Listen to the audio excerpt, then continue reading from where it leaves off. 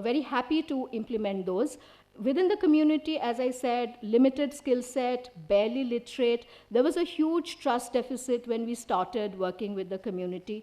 We were able to overcome those to some extent.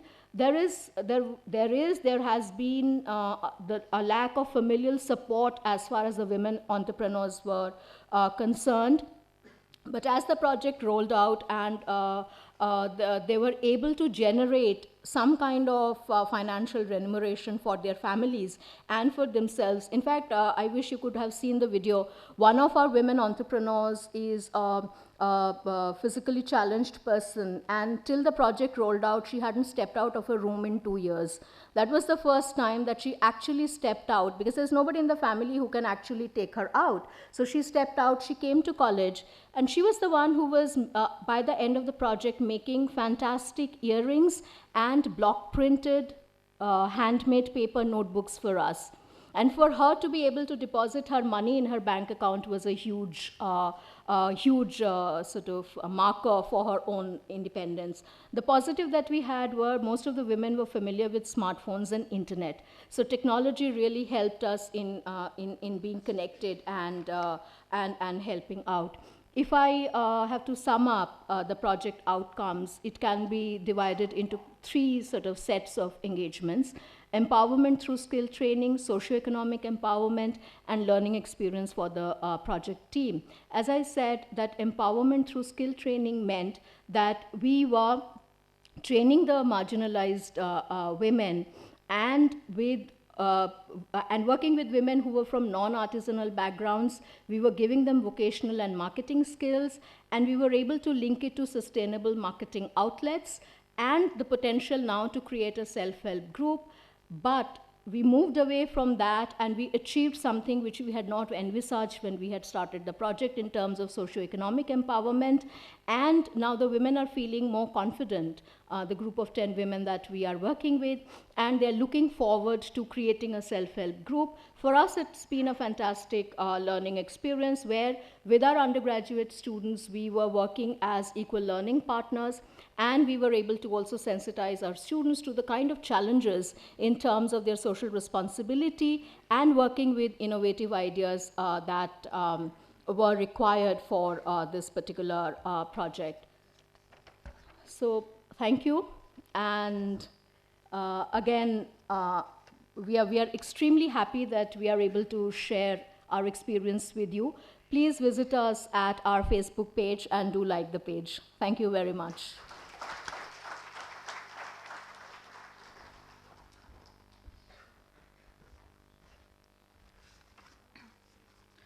Thank you, Professor Smita Banerjee, for enlightening us with such a wonderful case study, a perfect example of sustainable livelihood. I would now like to call upon our next presenter, Professor Rakesh Gupta, who will be presenting the case titled Goonj, Essence of Sustainability and Scalability of Social Venture.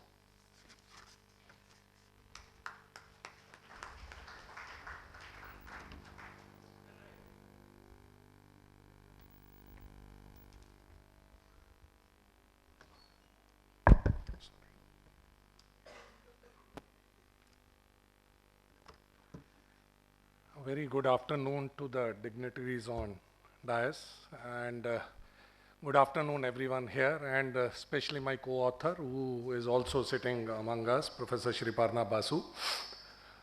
I will quickly come to the case because I feel that's something you will like to discuss about in the Q&A session also. But the case as well as the presentation is scheduled very different from our my earlier guest here who presented. This is not a project. This is a case which had its germs from how do we look at business modeling. We work in a business school, so the idea was how do business models work in social ventures. And the focus was how should social ventures work out a business models which are sustainable as well as scalable also. So that's the thrust of this case. So as a typical case, these were the learning objectives we started with. So I will like to put it right up front, and probably by the time we close the case, you should have a fair idea as well as the inputs may be coming whether we are able to meet these objectives or not. The first objective is running a social venture in itself is a very challenging task in a country or in a developing country like us, which is beset with economic and social inequalities. We'll touch upon a topic of social inequalities a little later at length. Then we come to the two main objectives. One objective is how do you scale up, and especially scale up a social venture? Do you go through a typical model of any commercial venture, or do you follow a different approach? And that is where the difference in terms of the literature says, do you need to scale an impact or do you need to scale up an organization? These two may be two very different things in two different settings. The third objective of this case was to understand the challenge of financial sustainability facing social ventures. And the sub-objective of that was, is self-financing, because a lot of speakers on business models keep on talking that even social ventures need to build up their revenue pipelines and all related factors. Do actually self-financing is the only way to achieve financial sustainability for a social venture?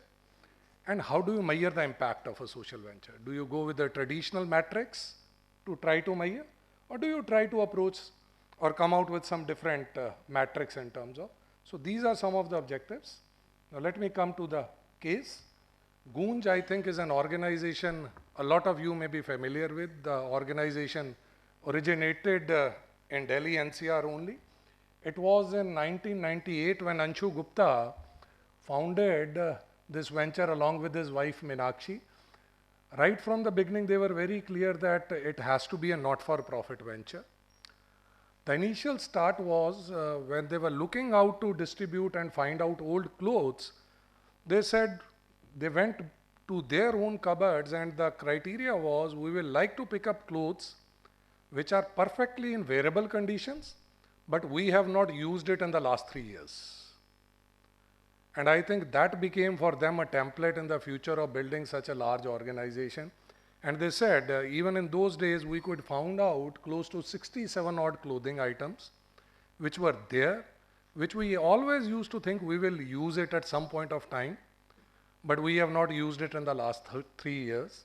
And that is where the idea was built up, that a lot of people may have these kind of clothing, which they think they can be usable, but which they are not using.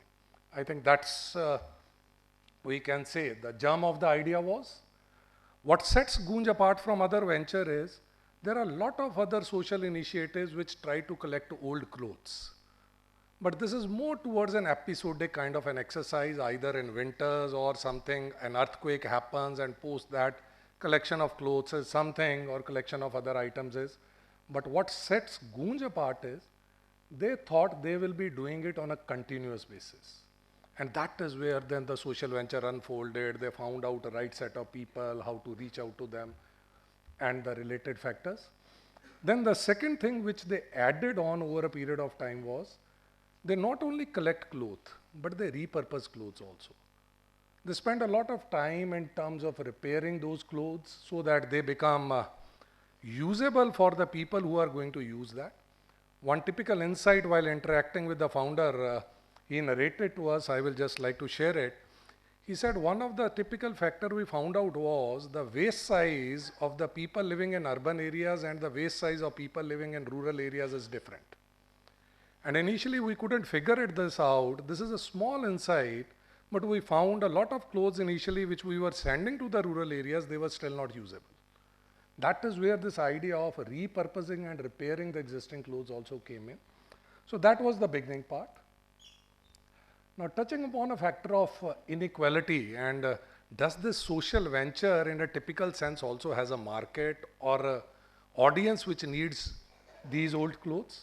I think the stats are there. I will not go further in this, but the larger point is there is a huge inequality prevailing in India, whether it is urban vis-a-vis rural, whether in terms of wealth distribution. So that inequality was a gap which they identified, that on one hand you are finding people who are thinking of finding a ways to discard their own old clothes. On the other hand, you had a large set of people who are looking for good set of clothes. So that redistribution in itself became a huge opportunity for them. So this was a social value creation opportunity they zeroed on. And that is when they started that they need to plug this gap. The initial beginning was somewhere around Delhi and the urban cities, but they very soon realized that the people who need these clothes lie more in the rural areas rather than in the urban areas. So this is the social creation opportunity they built upon. Now coming specifically to their key initiatives and how they get into the key objectives of the case, which is sustainability and scalability. Key initiatives are the dignity of clothes, clothes for works, then a couple of other schemes, but I will just like to pick up clothes for work scheme, and that is it again has an impact in terms of how do you measure the performance or impact of this. Now, if you see, one option typically we all have is we collect clothes and we redistribute or we give away as a dole. They said nothing doing like this. We will collect clothes, but we will give clothes to only those who put some physical effort in terms of doing community development initiatives in their rural areas where they inhabit. So that is where this cloth for work actually became a huge program that the villagers who need clothes, they are looking for 3 times a year, they conduct these kind of developmental initiatives in identified villages. And these people there first decide about which are the projects which make value for them in their community, like building a bamboo bridge in some part, building a kind of a irrigation facility, small irrigation facility. The idea is they are earning these clothes. They are not taking these clothes as a dole. And the whole idea is this in itself also creates a lot of social value in the process. The other initiative is disaster relief, which they call Rahat program. One more thing is they have started with 2 more initiatives, school to school initiative. That is again where they are collecting a lot of material along with the clothes from the school going kids and redistribute the same school going material to the school going kids in the rural areas. If you see typically every year when a child passes out in urban schools, he has a lot of material which can be of immense value to a lot of students in the rural areas. The bag is in a condition where the kid is ready to throw it away, but somebody is ready to lap it up also. Same way, the pencils and all that. So that is where S2S initiative, what they call their school to school initiative, came into being. And the last is, they don't waste any part of the cloth. So whatever they collect has to be used in some way or the other. And even the last pieces of clothes which they think that is of no use, they convert that into a lot of material which they then sell or distribute among the people. And that is where they are into developing a lot of sanitary napkins for women which they serve as a pack free for distribution among the rural areas. The idea is how can you derive the maximum social value. So summing up, they have a zero waste policy in terms of they have developed a lot of new products. Another important point is they are also insisting in terms of how do you change the mindset of the people. One of the things is if you are to give clothes to Gunj, they won't come and collect it from you, you will have to go and give it to them. The idea is it is a typical logistics operation they are running. This helps them cutting the cost of the operations as well as trying to make this awareness and sensitize people. Look, this is not a kind of a dole which you are giving away somewhere and you can throw it away. And then coming to the last part, how do you develop a financially sustainable and a scalable model? I will quickly now focus onto this. This is typically how their operating model works like. If I have time, I will come back to this, but I would like to focus upon the key agenda, the financial sustainability as well as the scalability. Now, one of the things like a typical private sector organization try to do is they try to keep their operational cost under check. So wherever they can minimize the expenses, they will like to do. The second thing is they keep on going out to the community and involving a lot of stakeholders. so that they can share a part of their expenses also. They have tied up with logistics firms who distribute material from one end of the country to other end of the country. They have built a team of volunteers also, which also get involved in some way. So this not only reduces their transportation cost, but a lot of manpower cost also. And lastly, they rely a lot on donations. The idea as per the founder of the venture is, we strongly believe that self-financing is not the key for financial sustainability. And that is where the business model takes a different turn, whereas typically in many ventures, one of the standard thing we call about is you have to become financially sustainable by raising your own resources. This is one fundamental innovative approach in their business models they have worked out. Now coming to the scalability part. So this is how they arrange a lot of their money comes, and if you see from the last 17 odd years, close to 50% of their revenues come from their donations. Then sale of products generate another 25%, co-branded campaigns generate 15% of their revenue. So they are not charging the people, and neither they are going for any government grants to generate revenues. So this is a continuation in terms of how the revenues flow. Now quickly coming to now the scalability part, the next challenge. Just to give you a breadth and depth of their operations, they are present in 21 states across the country. They have 200 full-time employees. They have 250 volunteer organizations which have partnered with them, and they have a dedicated team of more than 1,000 volunteers working for them. This is the organizational scale. In terms of the numbers, they typically make more than 350 dispatches in a year. So typically every day a dispatch is happening. Then more than 3,000 tons of material is distributed by them. So this is the kind of reach they have, whereas they have adopted a very, very different model of scalability. They say, as a social venture, we are not competing against everyone or anyone. So our idea of scalability is we should not try to scale the size of our organization.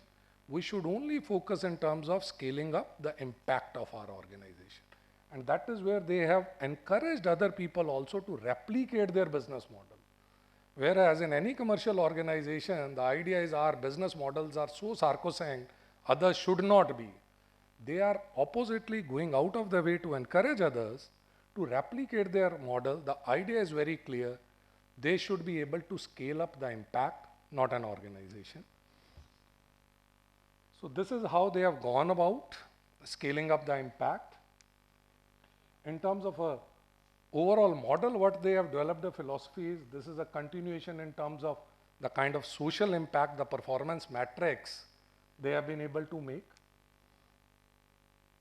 This is a list of awards. Gunj has been awarded with various awards over a period of time on a continuous basis. So the last part, if you look at it, the way forward, what they say is, this is an organization we want to grow as an idea rather than an organization.